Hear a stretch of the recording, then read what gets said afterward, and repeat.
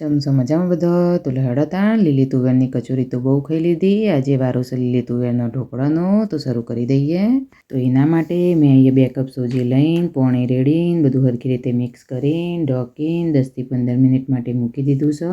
જેનો ઢોકળામાં ખટાશ ગમતી હોય દહીં કે છાશ નાખી શકે છે. હવે આરામ કરો તો સુધી આપણે બીજું કામ કરી લઈએ. તો એના માટે મેં એક મોટો વાટકો લીલી તુવેર લઈને અંદર લીલા મરચાં, આદુ અને લસણ નાખીને ક્રશ કરી લીધું છે.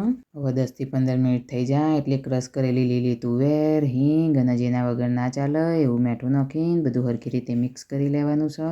લીલી તુવેર વાયડી હોય છે એટલે હિંગ કમ્પલસરી નાખવાની, નકર 2 કલાક રહીને અસર દેખાશે. લહેડતાણ બધું હરખી રીતે મિક્સ થઈ જાય એટલે 1 ચમચી જેટલું ઈનો નાખીને ફરીથી બધું હરખી રીતે મિક્સ કરી લેવાનું છે. હવે એક બાજુ ઢોકળિયામાં પાણી લઈને ગરમ થવા મૂકી દેવાનું છે અને બીજી બાજુ ડીશમાં તેલ લગાવીને ખીરું પાથરી દેવાનું છે.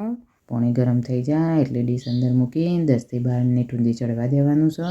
લહેડતાણ 10થી 12 મિનિટ પછી આવી રીતે ઓગળીને ચોંટે નહીં એટલે સમજી લેવાનું કે આપણો ઢોકળા બનીને તૈયાર થઈ જશે. અને તમારે ચપ્પાવાળી સ્ટાઇલથી ચેક કરવું હોય તો એનાથી કરી લેવાનું. હવે કરી દઈશું વઘાર. તો વઘાર માટે થોડું તેલ લઈને એમાં હિંગ નાખીને રહી અને તલ ફટાકડાના જેમ ફોડી લેવાનું છે. એ ફૂટી જાય એટલે મેઠો લેબડો નાખીને વઘાર ઢોકળાની ડીશમાં રેડીને ચમચીથી પાથરીને ઉપરથી કોથમીર ભભરાઈ દેવાની છે.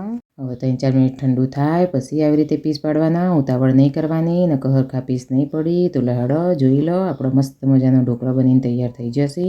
ઢોકળાનો સિંગ તેલ હંગાત ખાવાની અમારું ઉત્તર ગુજરાત વાળાની દેશી સ્ટાઇલ છે. તો લહેડો ખાઈને કહું ચેવા બન્યો છે. તો ઊંધી વિડીયોને લાઈક અને ચેનલને સબસ્ક્રાઈબ કરતો જજો.